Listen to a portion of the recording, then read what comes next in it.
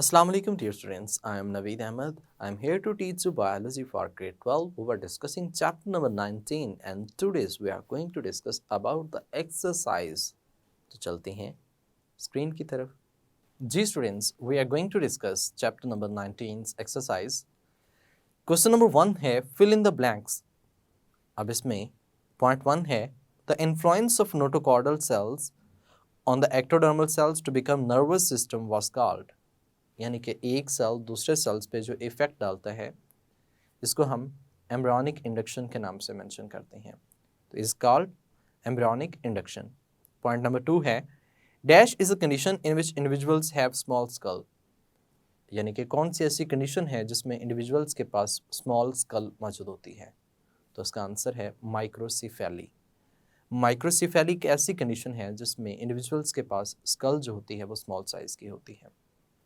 Question number 3 है, point number 3 है growth is accompanied by 2 factors. Students, growth जो है number 1 by increase in size of cell, cell के size increase करने से है। Number 2 increase in number of cells, यानी कि नंबर ऑफ सेल्स के इंक्रीज करने से ग्रोथ अकम्पेन्ड हो सकती है। तो इस तरह से दो तरह से ग्रोथ हो सकती है। एक तो हमने कहा साइज ऑफ सेल इंक्रीज करेगा और दूसरा हमने कहा नंबर ऑफ सेल जो है वो इंक्रीज करेंगे। फोर्थ पॉइंट है dash are the regions where growth is initiated by the proliferation of cells. हम कह सकते हैं मेरिस्टेमेटिक टिश्यूज या meristematic points, growing points, growth points, ये वो पॉइंट्स होते हैं जहां से ग्रोथ इनिशिएटेड हो सकती है। इसके अलावा किसी जगह पे ग्रोथ इनिशिएटेड नहीं हो सकती।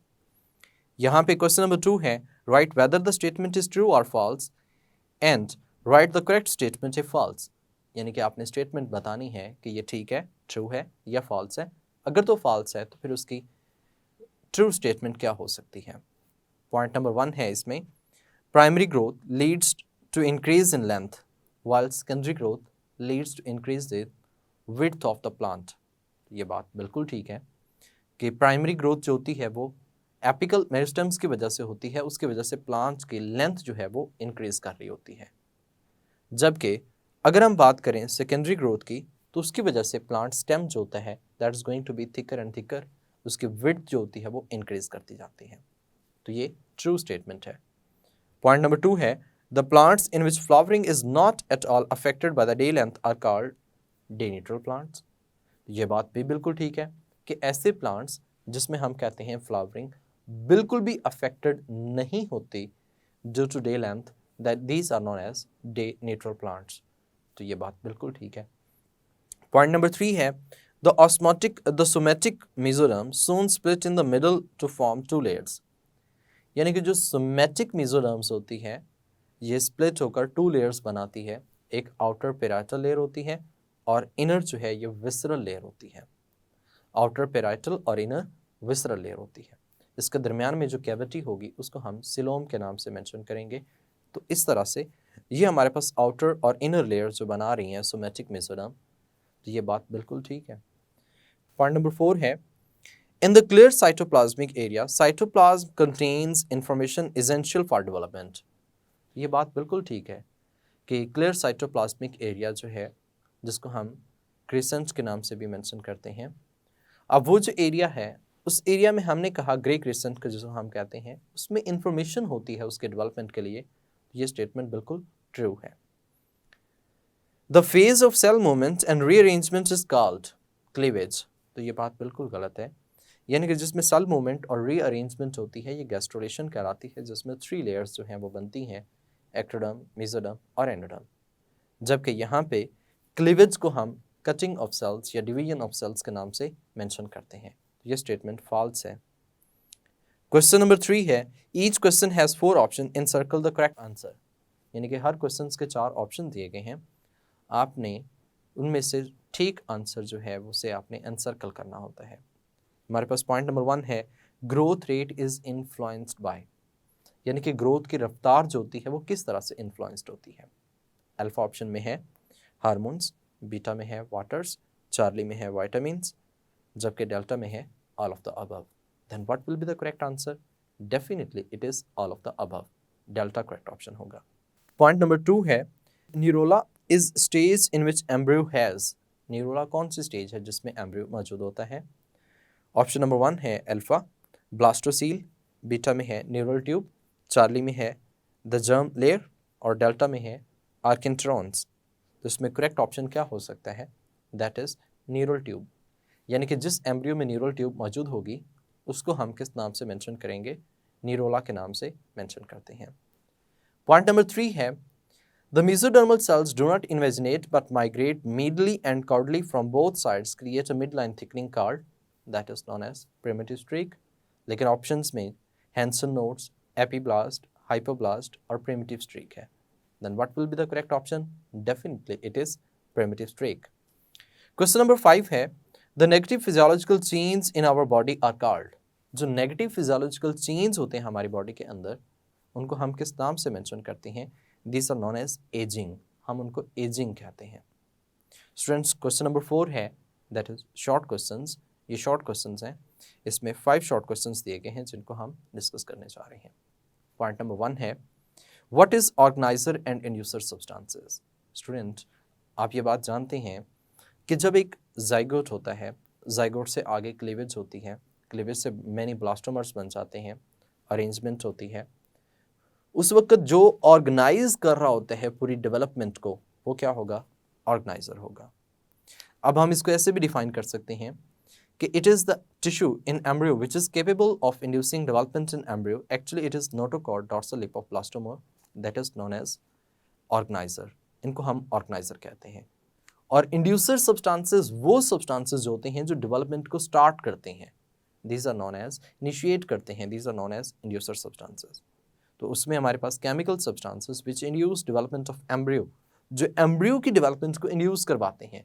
For example because primary induction are called inducer substances, इनको हम इंड्यूसर सब्सटेंसेस कहते हैं।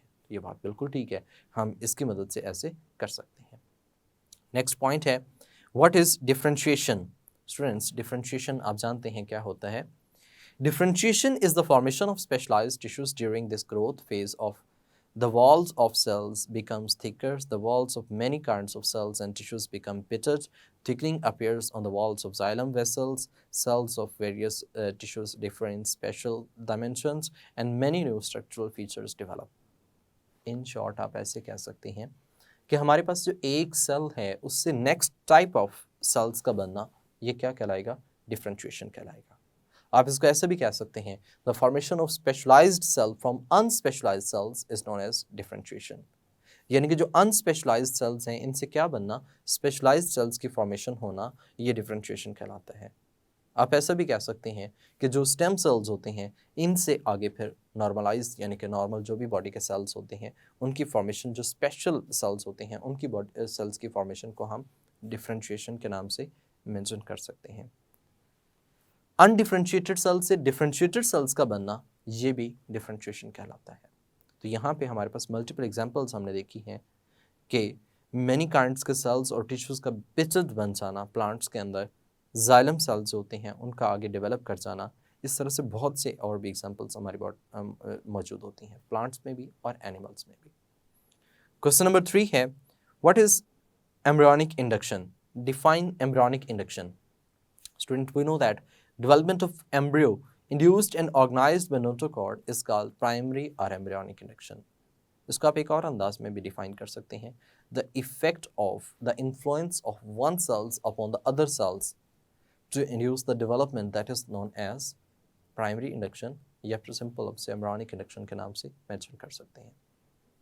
स्टूडेंट्स नेक्स्ट क्वेश्चन है differentiate between growth and development. Growth और डेवलपमेंट के दरमियान में फ़र्क करें। जब हम ग्रोथ और डेवलपमेंट की बात करते हैं तो उसमें बहुत से डिफरेंसेस आ सकते हैं।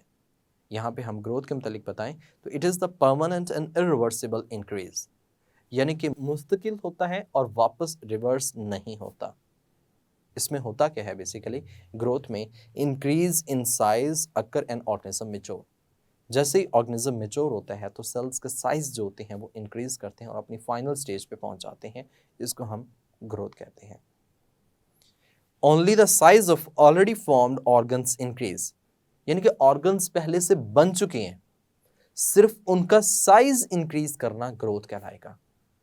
जबकि अगर हम डेवलपमेंट की बात करते हैं तो डेवलपमेंट में क्या होता है, it is ordered sequence of steps involving cell division and differentiation, यानी कि इसमें एक तो सेल डिवीजन होगी, दूसरी सेल डिफरेंशिएशन होगी from a single fertilized egg to form the complex and independent organism.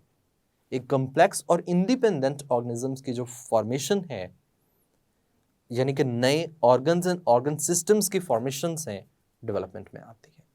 तो जैसे हमारे पास एक जाइगोट है, उस जाइगोट से आगे कंप्लीट नए इंडिविजुअल्स की फॉर्मेशन जो है वो डेवलपमेंट कहलाती है। तो न्यू डेवलपमेंट, न्यू ऑर्गन्स का बनाना, पूरी बॉडी का बनाना, ऑर्गेनोजेनेसिस करना डेवलपमेंट के मानों में आता है। नेक्स्ट क्वेश्चन है what is meristems. Students, you know that growing points जो होते हैं प्लांट्स के consisting of group of cells, ये जो ग्रुप ऑफ सेल्स हैं जो capable of division, these are known as meristems. Simple ऐसा भी कह सकते हैं, the cells which have ability to divide, they have potential to divide is known as meristematic cells। उनको meristematic tissue cells के नाम से मेंशन कर सकते हैं। इनके आप फर्दर 3 टाइप्स भी बता सकते हैं, एपिकल मेरिस्टेम्स, लेटरल मेरिस्टेम्स, और इसमें हमारे पास जो होती हैं ये 2 टाइप्स होती हैं, और तीसरी जो है वो इंटरकैलोरिक मेरिस्टेम्स होती हैं। तो ये 3 टाइप्स भी आप इसमें मेंशन कर सकते हैं, इनकी लोकेशन, फंक्शन जो है वो भी लिख सकते हैं। तो अगर शॉर्ट क्वेश्चन आता है तो उसमें जस्ट एंड ओनली आप इनकी तीनों की टाइप्स लिखें, लोकेशन बताएं, दैट्स इनफ। जी स्टूडेंट्स, हम ये बात डिस्कस कर चुके हैं कि इसमें शॉर्ट क्वेश्चन, एमसीक्यूज और लॉन्ग क्वेश्चन, तीनों किस्म के क्वेश्चन जो हैं वो इसमें आ सकते हैं। इसमें कॉन्सेप्चुअल क्वेश्चन भी हो सकते हैं और as it is knowledge based question जो हैं वो भी हो सकते हैं। हमने इसमें मल्टीपल क्वेश्चंस को डिस्कस किया, जिनमें से चंद एक इम्पॉर्टेंट क्वेश्चंस मैं आपको भी बता देता हूँ, जैसे कि एजिंग, एपिकल डोमिनेंस। ये 2 क्वेश्चन बहुत दफ़ा रिपीट हो चुके हैं, रीजनरेशन भी आया हुआ है। इसी तरह से आप बाकी क्वेश्चन जो हैं उनको भी मेमोराइज करेंगे, लेकिन ये 3 क्वेश्चन जो हैं ये मोस्ट इम्पॉर्टेंट क्वेश्चन जो हैं वो काउंट किए जाते हैं। इसके अलावा भी पूरे चैप्टर्स में से एमसीक्यू, शॉर्ट क्वेश्चन ये पॉसिबल हो सकते हैं। अपना ख्याल रखिएगा, मिलते हैं नेक्स्ट चैप्टर के अंदर।